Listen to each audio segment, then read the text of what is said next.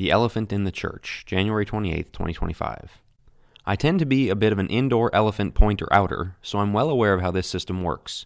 The elephant is in the room because people don't want to talk about it, but the first step in getting the elephant out of the room is to talk about it.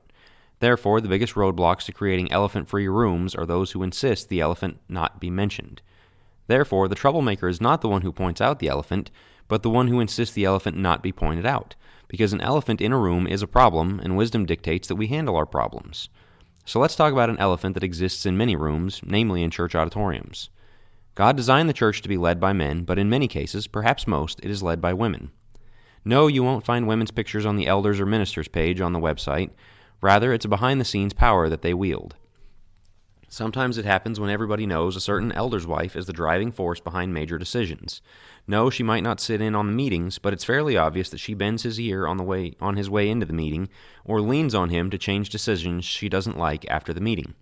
Other times it happens when the old ladies' caucus must always be appeased lest they start stirring up strife to get their way.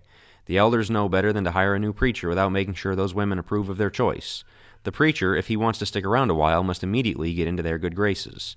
Still other times it may be when young moms demand that every decision be made with their schedules and parenting philosophies in mind, or any other preferences they wish to wield. And all of this is facilitated by men who don't lead at home.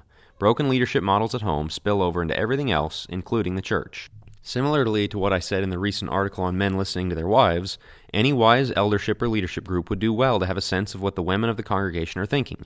But, in the exact same way, they still have to make a final decision based first and foremost on what is right, rather than on any person or group's preferences. In other words, when the situation demands it, they have to be able to tell the women no. That sounds simple enough, but if you've been in such a church situation, you know how much of an uphill battle that can be. But it's what has to be done. There are numerous reasons why, including, it's what Scripture demands. Despite having plenty of women disciples, Jesus chose 12 male apostles.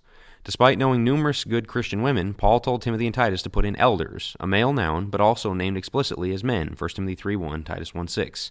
God also made men the heads of their families, Ephesians 5:22 and following, 1 Peter 3:1 and following. Male leadership is God's design. Anything that subverts it, whether explicitly or implicitly, is disobedience, and disobedience is never blessed. So, though there are multiple practical reasons why it should be this way, because God said so is more than enough of a reason. Still, those practical explanations help us see God's wisdom at work. Men are less likely to be deceived by weaponized empathy. One of the characteristics God gave to women was an enhanced care for those around them. One of the characteristics God gave men was the ability to be disagreeable. Feminine empathy that isn't counterbalanced by male disagreeableness leads to a lot of wolves being brought in because they look really cold and hungry. For this reason, weaponized empathy is the greatest driver of false truths in the church today. Opposing someone is cast as being mean-spirited regardless of how lovingly it's done. That's why you need men defending the flock, Acts 2:29. But if the men are nominally in charge, yet still subject to the soft pressure of the women, the church will not have the strength to oppose bad ideas. Women are not wired for direct leadership. If two people waltz, both can't lead. If a husband and wife both try to lead, the family will lack direction. If the men and the women lead the church, the same problems arise. That being the case, women are wired for indirect leadership. In other words, they don't lead, but they can influence those who do. They suggest. They nudge. This is not a flaw, it's a design element, and it works great if they assume an indirect role. Being submissive but engaged and invested is the perfect place for them to nudge and request and suggest things of the leadership. But if they will not submit to the men's final decision, indirect leadership is now the default system. Passive aggression comes to rule the day, and passive aggression is asymmetric warfare. It is nearly impossible to oppose without significant social cost, because when you try to confront the aggression, they retreat behind the passivity. Now all everyone around sees is an attack on a passive person. Those who lead must do so right out front. That's why we have elders who have a job title, so everyone knows who's calling the shots and see how they're doing it. And that offers another built-in feature, accountability. The women won't be the ones giving an account. The buck has to stop with someone, and the scriptures say it will be those who have been assigned to keep watch over our souls, Hebrews 13:17. But because women's leadership is not direct, they can't be held accountable for their decisions. For example, let's say a group of women pressure the elders to hire a preacher who holds questionable doctrines. Let's say he comes in, teaches error, and splits the church.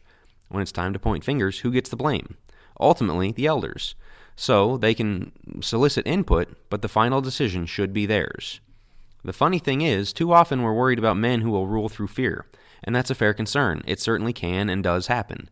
But women's leadership can be done just as much through fear, only a different kind of fear. If a man is afraid of the misery his wife will bring on him if he opposes her, Proverbs 21:9, she's ruling him through fear. If a leadership group is afraid of what some women might do if the men make a decision the women didn't want, the women are ruling by fear. If we're against fear-based leadership, we need to be against all fear-based leadership, especially from those who have not been assigned to lead. And between the two ditches of masculine fear-based leadership and feminine fear-based leadership, this is by far the more common of the two. The question this all comes down to: whose church is it? It's Christ's church, because he paid for it with his blood, Acts 20:28. That makes him the head, Ephesians 5:23. As the head, he gets to delegate his own authority, and he delegated it directly to those qualified men who were named as shepherds of it, Titus 1:5.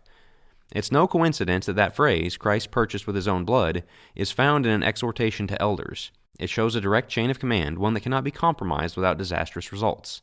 Any system that does not follow his prescription is a subversion of Christ's authority.